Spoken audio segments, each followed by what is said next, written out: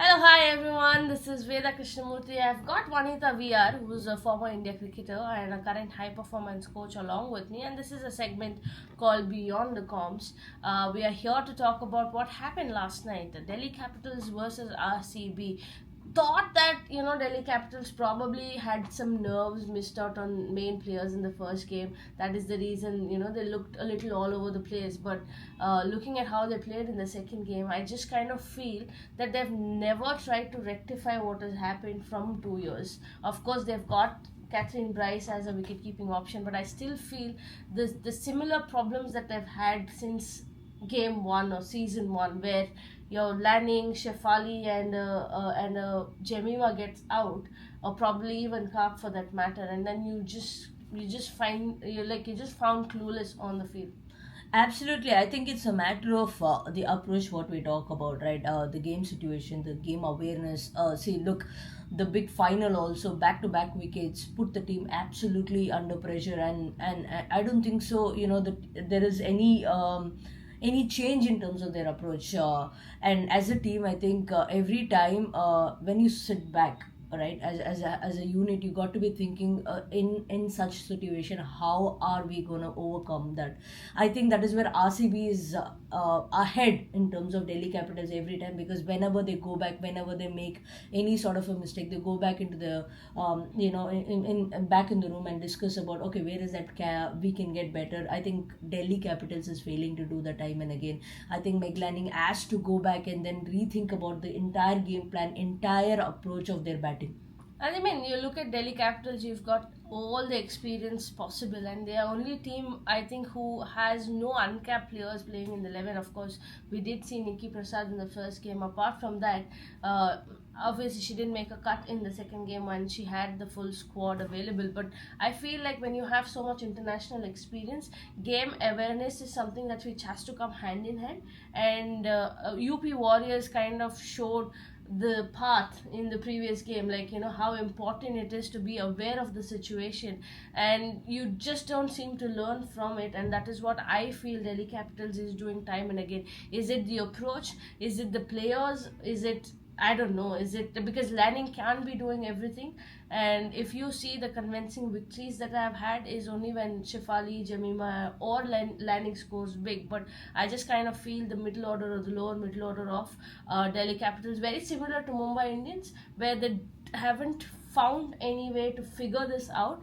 I think it is important that it might look like a small thing at this moment, but it is costing them games. So I really feel that the conversation, or the harsh conversation, needs to happen very quickly within the Delhi Capitals. But for RCB, I think they're having a dream run already. Defending champions coming in, there's a lot of question marks around the players' availability, injury.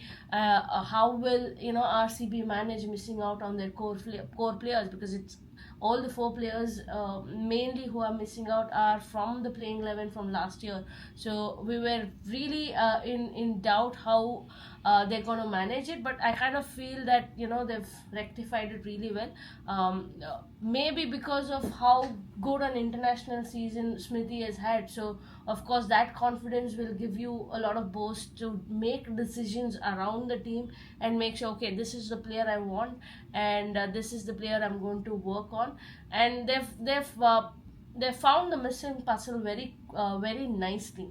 Look, there a lot of credit has to go to Luke personally, because the way he's been handling, that's what we saw from the last season itself. That by picking the right players, the kind of combination that they get every time for the 11. I think a lot of credit has to go to Luke as well, along with Smriti. Yes, Smriti is in a good headspace. We can see that the way she's leading. Personally, when you start scoring runs and when you have a wonderful year in the international circuit, a lot of things rub onto, and that's exactly what is happening with Smriti as well.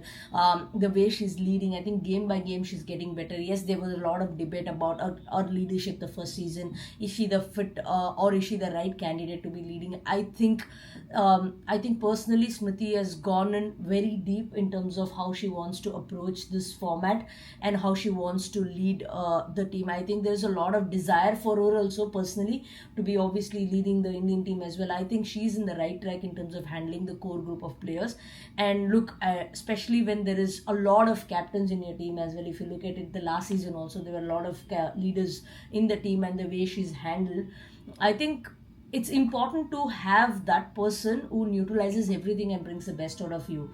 And that's exactly what the think tank of RCB is doing. And every time they make a mistake, they don't go and repeat the same thing. And that is something which I really liked, and not many other teams in this competition is doing that at the moment.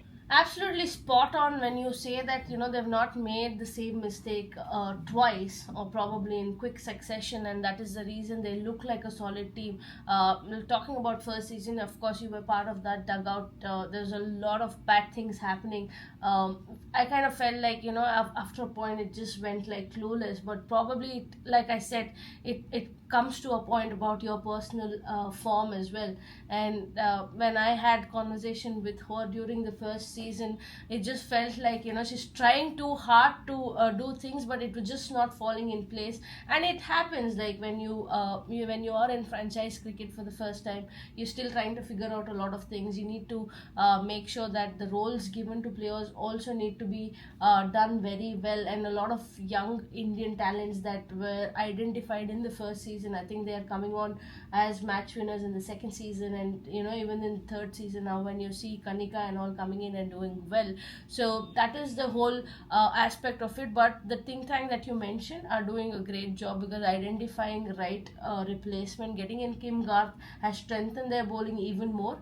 Of course they had Divine and Perry in the last season, but they weren't bowling as much as you would like. So sure shot pace bowler coming in straight up in the 11 along with Renuka Thakur, I think it just gives you more strength, because you've got two players who can do the similar job, like can bowl with the new ball as well as in the death overs. And that is kind of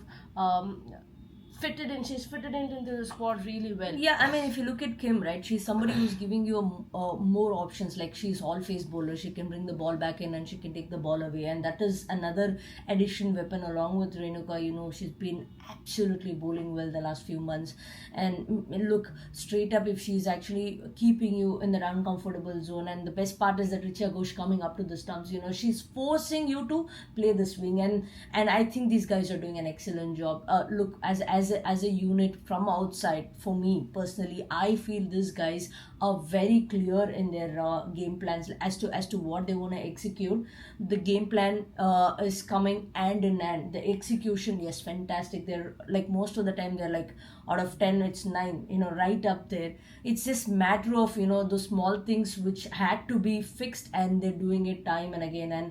And Smriti coming back into form, wow, that is something which we all And she never love. went out of form. No, to in the be sense, honest. like, straight she, up straight up missed come out in and the first game, but yeah, she straight looked up come and confident. straight up come and score runs straight away, and then obviously Danny coming into the party as well. I think that kind of makes a difference, Yeah. because the confidence that Danny, probably whether she's in form or not, just walking out with another experienced player who's done so well and scored a lot of runs, kind of gives her more confidence as well. Because it's like, okay, if I don't manage probably for an over or so, she knows that there's another person who can probably take on the bowler. So hopefully this continues for long. And I'm, like I said, even before the first game tournament started, I said whether or not Danny will score or Smriti will score, I don't think so. The opening pair will be changed throughout the season, regardless of the form or runs. But with them both scoring, I think it makes a big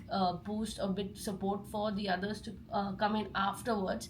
And looking at how strong they are, I think they've suddenly turned out to be the favorites to win the cup. And I feel that the other cup is kind of loading if they continue to do this way. The next match, they'll be walking in Chinnaswamy Stadium with 30,000 crowd backing them. And and that will be against Mumbai Indians. And we know for the fact that with men's cricket, there's a lot of rivalry when it comes to Mumbai and RCB. So I'm pretty sure the crowd will be more revved up to back the RCB, and the game will be on 21st September. I'm telling 21st February, 6:30 p.m. is what everything will start off, and 7:30 is the game. If you want to see more content like this, please like, share, and subscribe. We're just trying to be very raw, very unfiltered, and just give a point of view. Cheers.